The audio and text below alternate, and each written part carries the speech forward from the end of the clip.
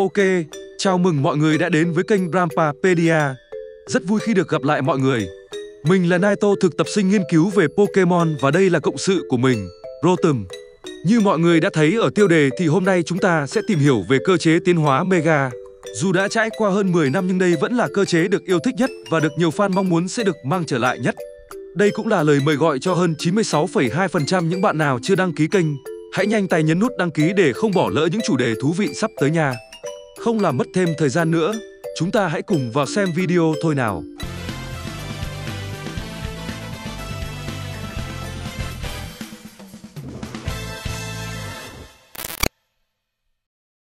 Tiến hóa Mega là một dạng biến đổi tạm thời, lần đầu tiên ra mắt trong hai bản game Pokemon X và Y. Dạng tiến hóa này chỉ xảy ra với một số Pokemon cụ thể.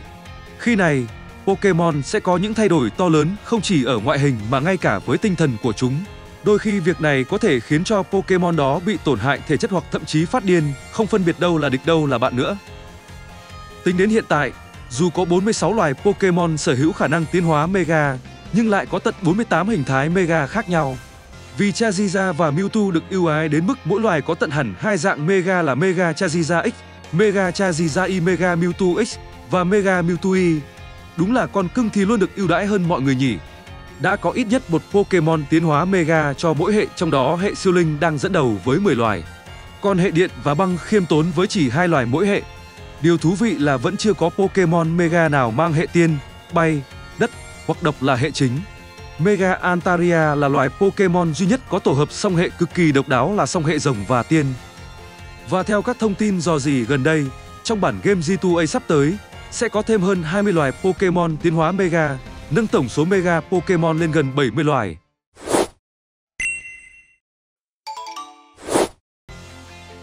Dù là cơ chế được yêu thích nhưng số lượng huyền thoại và huyền ảo có thể Mega được cũng không thật sự quá nhiều. Là con cưng của Game Freak nên Mewtwo sở hữu cho mình hai hình dạng Mega, trong đó Mega Mewtwo X mang song hệ siêu linh và giác đấu, còn với phiên bản Y thì vẫn giữ đơn hệ siêu linh. Tiếp theo là bộ đôi anh em Latios và Latias. Thật sự là tới giờ mình vẫn không thấy điểm khác biệt nào quá nhiều của cặp đôi này khi Mega. Không thể không nhắc tới chiến thần Mega Rayquaza, dạng Mega duy nhất không cần dùng đến đá mà vẫn có thể tiến hóa được, đổi lại chỉ cần học chiêu thức rồng thăng thiên. Ứng cử viên duy nhất trong dàn huyền ảo có thể Mega được thì chỉ có mỗi Diancie, nhờ Mega mà càng trở nên lấp lánh lung linh hơn. Đói thì ăn cơm, khát thì uống nước. Đã là dân chơi Pokemon mà không sắm những sản phẩm liên quan đến Pokemon thì thật là đáng tiếc. Thế nhưng lấy đâu ra chỗ để mua? Còn chần chờ gì nữa mà không ghé ngay trang TikTok của kênh Rampapedia. Tại đây kênh có rất nhiều mặt hàng như thẻ bài, mô hình, phụ kiện cho Nintendo Switch từ những shop uy tín nhất Việt Nam với giá cả phải chăng đủ đáp ứng mọi nhu cầu của bạn. Mua đồ trên trang TikTok Rampapedia chỉ có hàng xịn nhất thôi. Còn lỡ mua trúng hàng không đúng ý thì mua lại. Link TikTok mình để dưới phần mô tả. Cả nhà cần kiếm gì thì cứ nhấn vào thôi nha.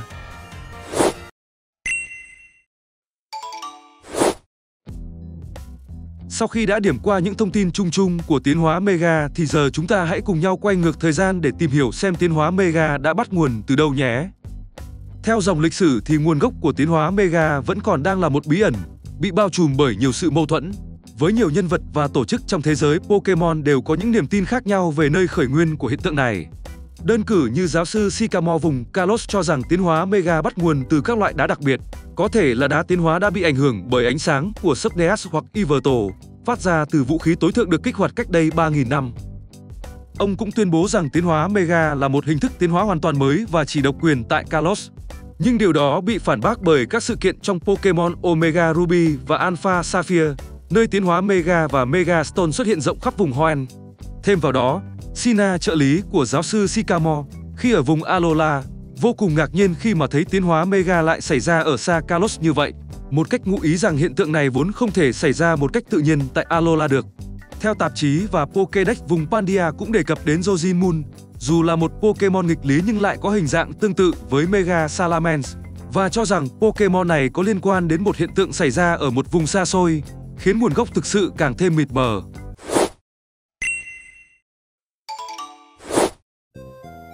Tuy nhiên, tộc người Draconid, một bộ tộc cổ sinh sống ở Hoenn chuyên thờ phụng Rayquaza, lại tin rằng tiến hóa Mega đã bắt nguồn từ chính Rayquaza và các thiên thạch rơi xuống vùng Hoenn từ hàng ngàn năm trước.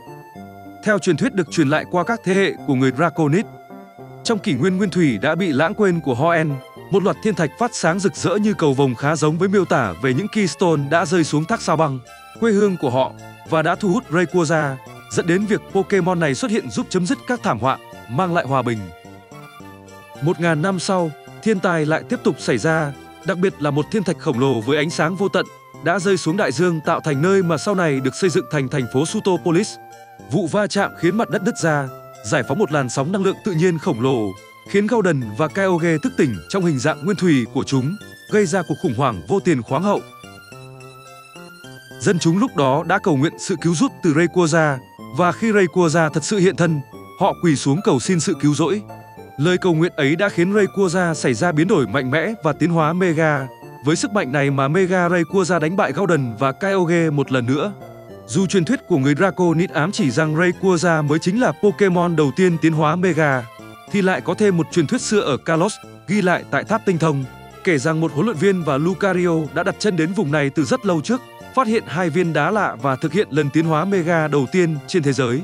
Có lẽ trong bản game G2A sắp tới mong là chúng ta sẽ có thể được giải đáp thêm về những bí ẩn này một cách thỏa đáng nhất.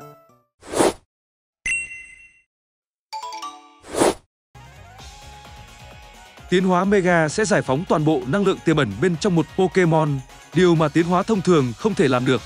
Một Pokémon sau khi tiến hóa Mega sẽ có một bộ chỉ số cơ bản khác và có thể đặc tính hoặc hệ bị thay đổi đi so với dạng bình thường. Nhờ đó mà tất cả Pokémon tiến hóa Mega đều có tổng chỉ số cơ bản cao hơn 100 điểm. Nhưng có một số Mega Pokémon đã bị giảm đi chỉ số cơ bản để bù vào những chỉ số được tăng khác. Đầu tiên, chúng ta có Mega Beedrill khi chỉ số tấn công đặc biệt đã bị giảm từ 45 xuống chỉ còn 15. Với Mega Mewtwo, sức phòng thủ đã bị giảm đi còn 70. Mega Ampharos vốn tốc độ đã không cao, giờ thêm bộ lông phấp phới nên giờ chậm hơn trước. Mega Heracross vì cơ thể đồ sộ hơn trước nên tốc độ cũng giảm đi nhiều. Trường hợp của Mega Sableye tuy cơ thể vẫn bé tí nhưng vì phải vác theo khối đá quý lớn làm tốc độ cũng chậm hơn. Số phận Mega Camerupt cũng không khá hơn là bao nhiêu vì vác cả ngọn núi lửa trên lưng. Hình như cứ to bự hơn là chậm hơn thì phải, khi Mega Abomasnow đã bị giảm hết phân nửa chỉ số tốc độ vốn nghèo nàn ban đầu. Khá khẩm hơn chắc có lẽ chỉ có Mega Diancie khi 2 chỉ số phòng thủ và phòng thủ đặc biệt không bị ảnh hưởng quá nhiều. Và cú twist té nhào nhất chắc phải nói đến trường hợp của Mega Garchomp, tốc độ bị giảm một cách khủng hoảng từ 102 chỉ còn lại 92. Nhưng nói đi cũng phải nói lại thì Mega Garchomp vẫn đang là Mega có chỉ số HP cơ bản cao nhất trong các Mega Pokémon là 108.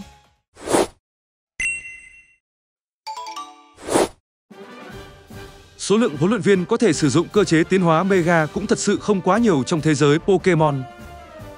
Chúng ta có thể điểm qua đầu tiên là Corina, chủ hội quán thành phố Saler ở vùng Kalos. Cô nàng chuyên về hệ giác đấu với chủ lực là Mega Lucario. Diantha Champion vùng Kalos cùng với Mega Gardevoir, trở thành nổi ác mộng cho những Pokémon hệ rồng. Cuối cùng là Steven, Champion vùng Hoenn, một thanh niên mê đá nhưng lại chuyên hệ thép cùng chủ lực là Mega Metagross.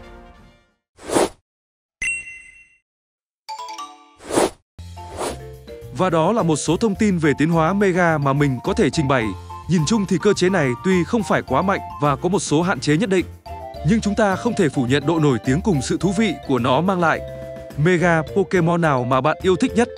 Hãy cho mình biết ở phần bình luận bên dưới nha. Biết đâu cũng có nhiều người cùng chung ý thích với bạn.